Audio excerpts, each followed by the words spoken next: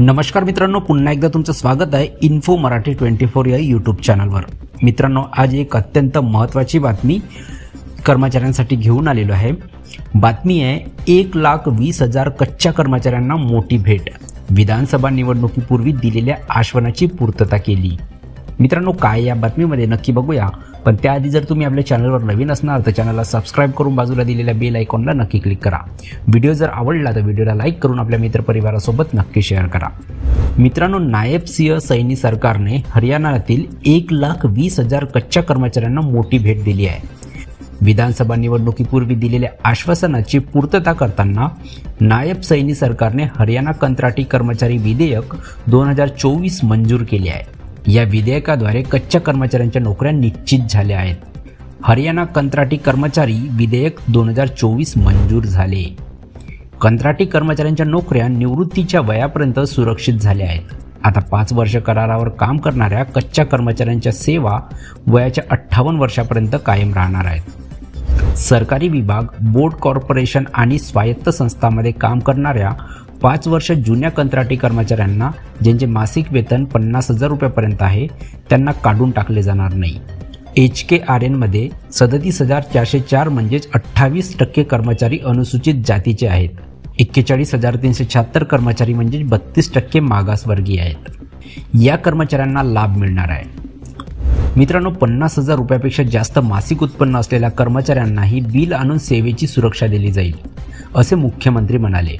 विद्यापीठातील कर्मचाऱ्यांच्या सेवा सुरक्षेबाबतही चर्चा असून skill employment corporation outsourcing policy भाग 1 आणि आउटसोर्सिंग पॉलिसी भाग 2 आणि तदर्थ तत्वावर कार्यरत असलेले कच्चे कर्मचारी, सरकारी शाळांमध्ये नियुक्त केलेल्या अतिथी शिक्षकांनाही नवीन नियमाचा लाभ मिळणार आहे। 1.20 लाख कच्च्या कर्मचाऱ्यांना निश्चित केल्याबद्दल मुख्यमंत्र्यांचे अभिनंदन मुख्यमंत्री नायब सिंह सैनी यांनी सोशल मीडिया प्लॅटफॉर्मवर पोस्ट केलेली आहे। आज लोकशाहीच्या मंदिरात तुमच्या हितसंबंधाचे रक्षण करण्यासाठी हे विधेयक मंजूर करण्यात आले आहे।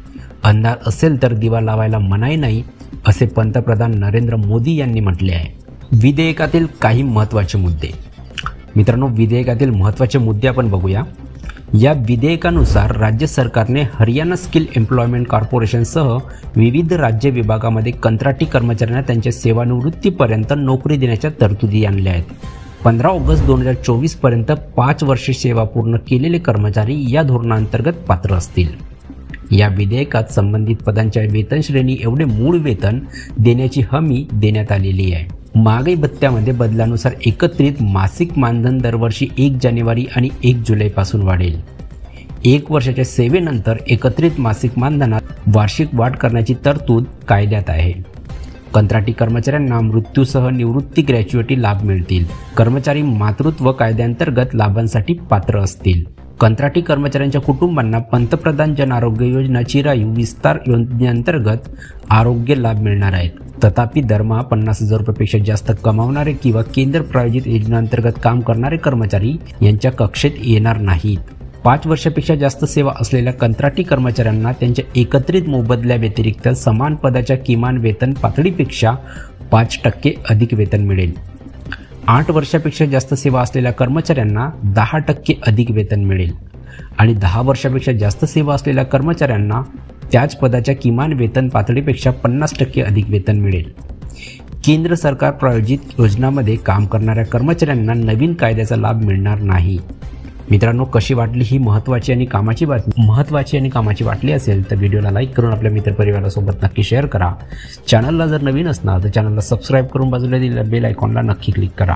व्हिडिओ बघितल्याबद्दल खूप खूप धन्यवाद।